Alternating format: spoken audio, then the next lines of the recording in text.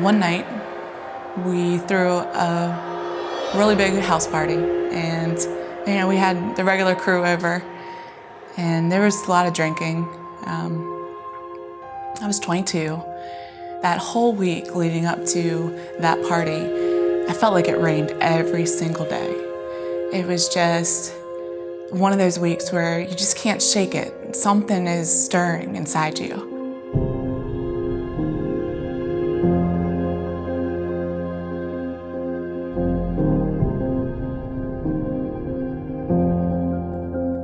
So I'm number 4 of 9 children, and when I was 8 years old, there were 6 of us at the time. My parents sat us down one day before school, and we could see my mom's luggage in the hallway. And my dad shared that my mom was actually going to be leaving us for a little while. Come to find out, my mom and dad divorced, and my mom remarried, and then a couple years later, my dad also remarried. So now I'm 15, and I'm in high school. I'm a sophomore in high school, and I'm doing a lot of activities. I'm involved in sports and student government. I met a boy. He was a year older. He was a junior, and we were sure that we were in love. We did a lot together. He played sports. I was very involved in sports. We had a lot of similar friends. Our friends were associated with each other, and we went to prom together. We even dated through the summer into my junior year, his senior year. And when you're a junior in high school, people start talking and asking questions, and are you guys doing it yet? And we were sure that we were in love with each other. He was getting ready to graduate, obviously, and we decided that we were in love. And leading up to his birthday, actually, his 18th birthday, I was hearing a lot of feedback from his friends that that's all that he wanted for his birthday. And so we decided that we were going to do it on his birthday. And I wish I could tell you today that I listened to that voice in my head and in my heart and didn't do it. But in his car on his birthday, we had sex after school. And that was the moment I lost my virginity. Our relationship was changed. There became pressures. There was a lot more pressure with the relationship. I immediately lost respect for myself. And ultimately, I lost respect for him too. And we broke up within a month. So it's now the end of my junior year, and I vow to change, to never do that again. And I was convinced that, I can recover from this, and, it's okay. So school gets out, it's the end of my junior year. I'm excited about my senior year starting. You start thinking about college, and with 9 children, there's no money for college. And so I got a job at this little fast food restaurant. It was a Roy Rogers, and it's great. I'm making money. I'm excited about the new school year starting. I meet a boy at the restaurant. We kind of dated. You hang out after work. It's late, and one night, the topic of sex came up, and it wasn't as special because I had already lost my virginity. And so I had sex with him. So fast forward a couple weeks, and I miss my period. And I'm at work, and I walk across the street to get a pregnancy test.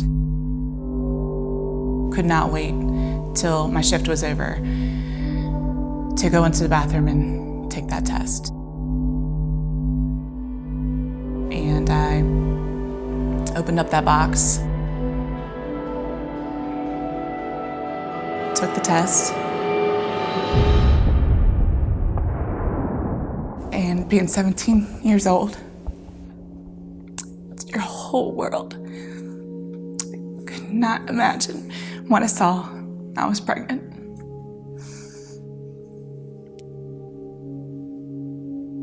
Sorry.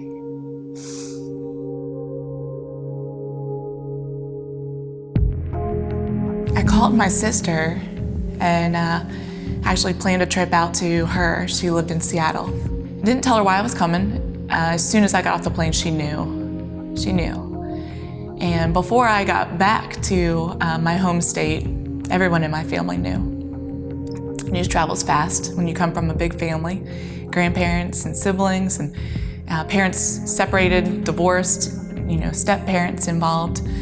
And it seemed like everybody had an opinion of what I should do. And there was a lot of debate, heated debates. My mom offered me to move in with her and she would help me raise the baby. My dad and my stepmother at the time said that I couldn't stay in their house if I was gonna have a baby. And my grandparents, they talked about adoption. I never once prayed. I never once even thought about the baby.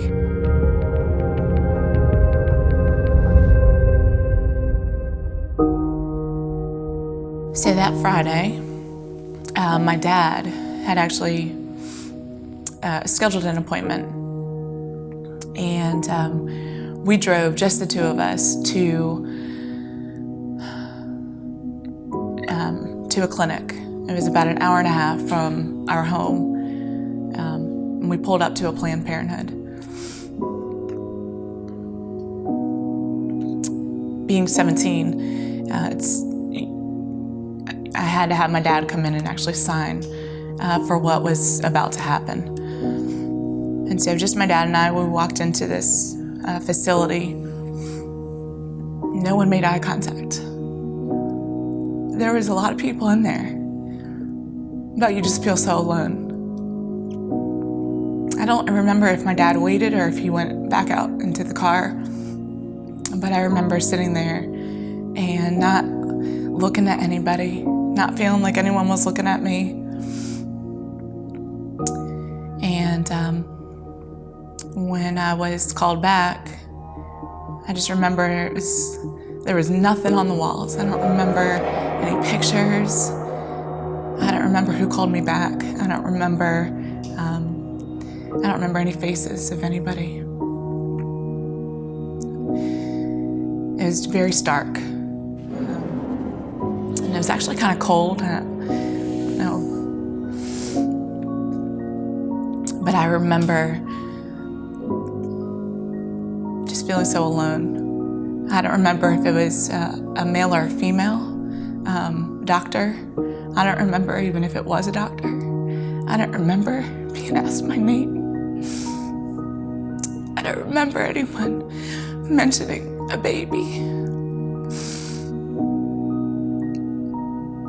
Things were said like, we'll take care of this.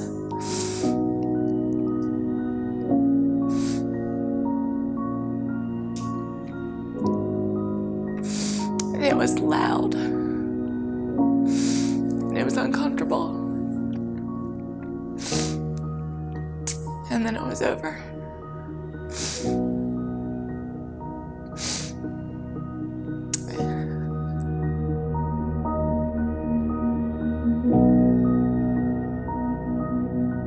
I don't remember the drive home.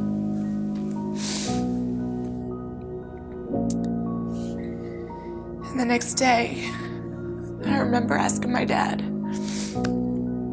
what did we say? What happened? So the story is, I miscarried. So I lied.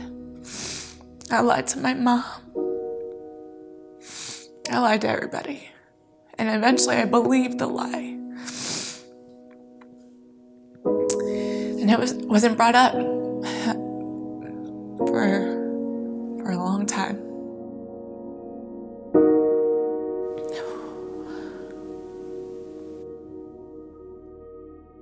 So the summer came to an end. Eventually I would stop trying to think about those days and those weeks.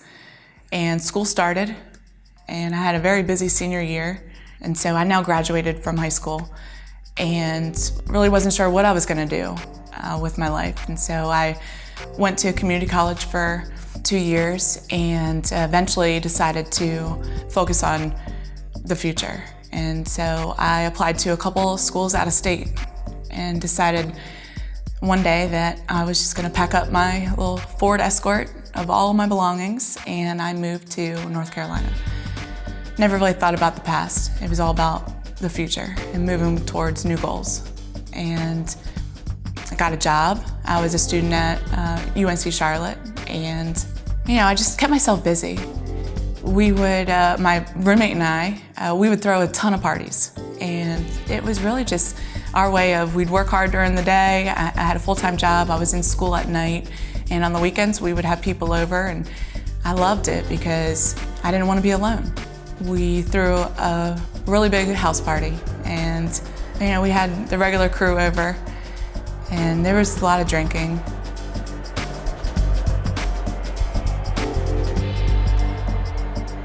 That whole week leading up to that party, I felt like it rained every single day. It was just one of those weeks where you just can't shake it. Something is stirring inside you.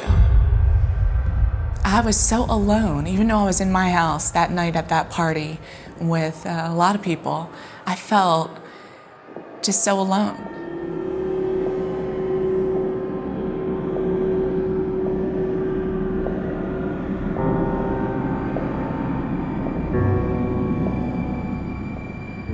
A good friend of mine could sense that I needed to get away, and so we left the party. I had been drinking, and so I was not in a position to drive, so he drove. And it was late, and so I didn't really know where to go. And so we just went to my office where I worked, and we pulled into this parking lot. I had worked in this building for about a year and a half, and rain pouring down. We pull into this parking lot, and this one specific parking space, and the headlights are shining forward, and right in front of me was this tree. But it was not a tree. It was a cross. In a year and a half, I had never seen this tree. I had pulled into that parking lot 5 days a week. And there it was, right in front of me. And it was Jesus. It was amazing.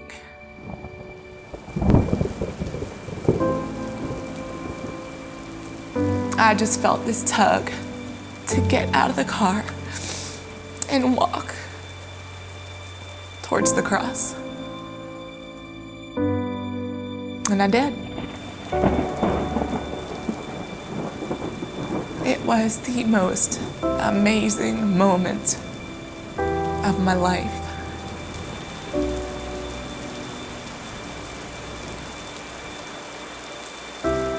I actually don't even remember how long I knelt there in front of the cross. It felt like minutes.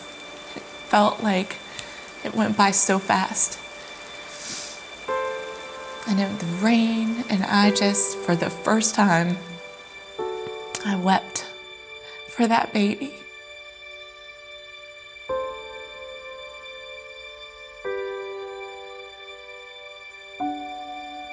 It was the first time I knew I needed a Savior. And it was the first time that I knew I was forgiven.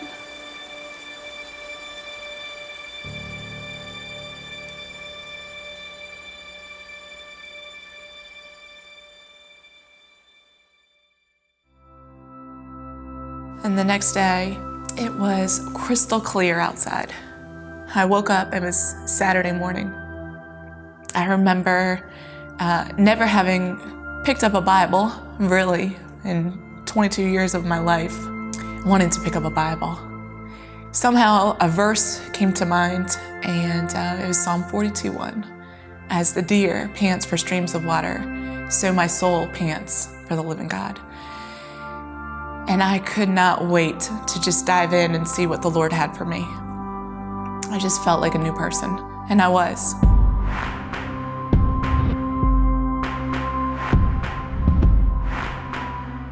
So a few months later, I met the one that I would eventually marry.